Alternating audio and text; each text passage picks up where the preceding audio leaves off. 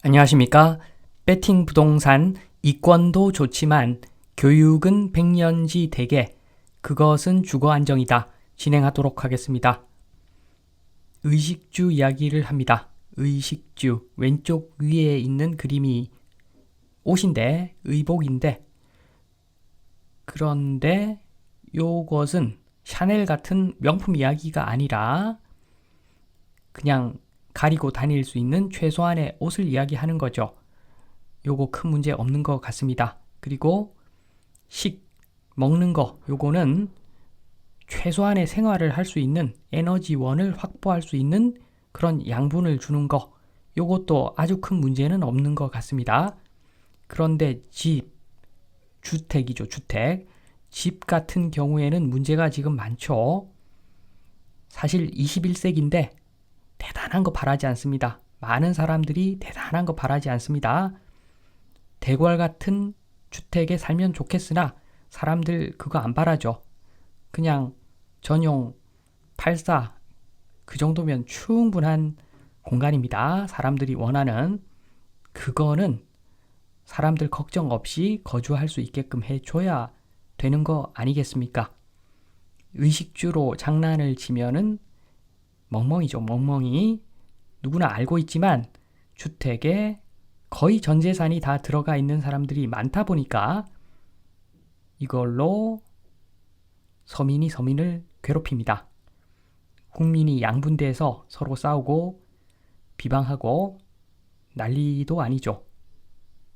이 점에서 백년지 대계가 흔들리고 있다. 저는 그렇게 봅니다. 교육은 백년지 대계. 대입 입시 제도를 가지고 보통 이런 데모를 학부모들이 많이 합니다.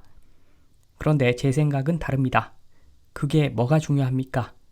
본격적인 공부는 어차피 대학 가서 그때부터 이제 시작인데, 교육이.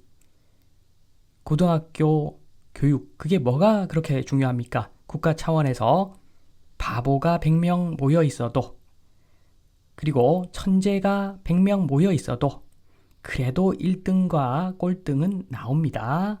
어차피 1등이 있고 꼴등이 있고. 그런데 그 대입제도, 그게 뭐가 그렇게 중요합니까? 들어가서 열심히 하는 놈이 최고죠. 그래서 많은 지식을 습득하고 새로운 것을 발견하는 그런 사람들이 잘 되어야 되지 않겠습니까? 그냥 대입시험 한번 잘 봤다고 평생이 보장되고 이런 식으로 국가를 운영하면 절대 안 되겠죠. 국가 차원에서 보면은 오히려 소크라테스, 공자님 이런 분들 말씀이 더 중요한 것 같습니다. 어차피 1등하고 꼴등은 나오고, 그리고 될 놈은 됩니다. 대학교 가서 공부해도 충분히 따라잡을 수가 있습니다. 국가 차원의 백년지 대계라고 하는 것은 인간다운 인간을 만드는 거겠죠. 두 가지죠. 두 가지입니다.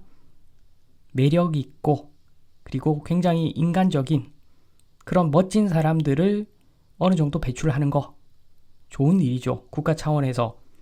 그리고 더 중요한 것은 나쁜 놈들, 정말 나쁜 놈들, 누가 봐도 나쁜 놈들을 하나도 만들지 않는 거, 이것은 훨씬 더 중요한 일이라고 생각이 됩니다.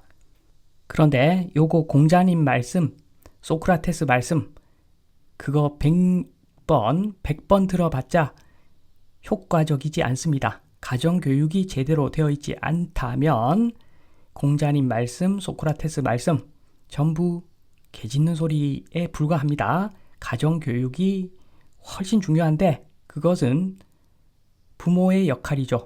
부모의 역할을 대체할 사람들도 있겠죠.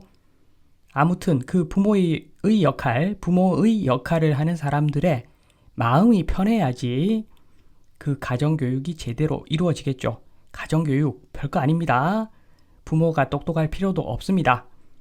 공자님은 이런 말을 했다, 저런 말을 했다, 그런 거 그게 가정교육이라고 보지 않습니다. 제가 보기에는 가정교육 별거 없습니다. 그냥 잘 먹고 바나나 똥 싸면은 그냥 진심으로 정말 좋아서 웃어주는 거, 그리고 울먹울먹 할 때 업어주고 재미있는 이야기 해주고, 많죠. 그거 말고도 많습니다. 결코 가정교육 복잡한 이야기 아닙니다. 그냥 까꿍까꿍만 많이 해주면 그냥 가정교육 되는데 요게 지금 안 되는 것 같습니다. 멀리서 봤을 때 저 아파트 한 칸 전체도 아닙니다. 저 한 칸 때문에 엄마 아빠가 싸웁니다. 이 아이는 나중에 엄청나게 큰 인물이 될 수도 있는 그런 제목인데 달랑 저 한 칸 때문에 이렇게 싸워서 백년지 대계가 무너지면 되겠습니까? 백년지 대계를 챙겨야 할 국가가 백년지 대계를 무너뜨리고 있습니다. 지금 보시면은 왼쪽이 정상이죠. 전세 제도만 없으면 모든 게 정상적으로 돌아갑니다. 매매 가격은 월세를 바탕으로 책정이 될 거고 그 월세라고 하는 것은 소득 수준에 따라서 어느 정도 결정이 되는 것이겠죠. 그러면은 아무 문제가 없습니다.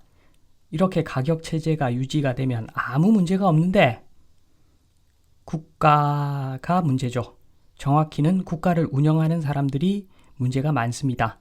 물을 붓고 기름 붓고 별짓을 다 해가지고 매매가를 저 위에 올려놓고 그리고 최악의 비극은 저 위에서 서민이 매수를 하게끔 만드는 거 그게 최악의 행동이겠죠. 지금 이런 짓을 정부가 결론적으로는 하고 있습니다. 집코노미 여보 2년 만에 대박 났어. 장이동 새 아파트 가격 봤더니 가격을 펌프질하는 기사인데 장이동 아파트 들고 있는 사람들이 수혜자가 아니죠.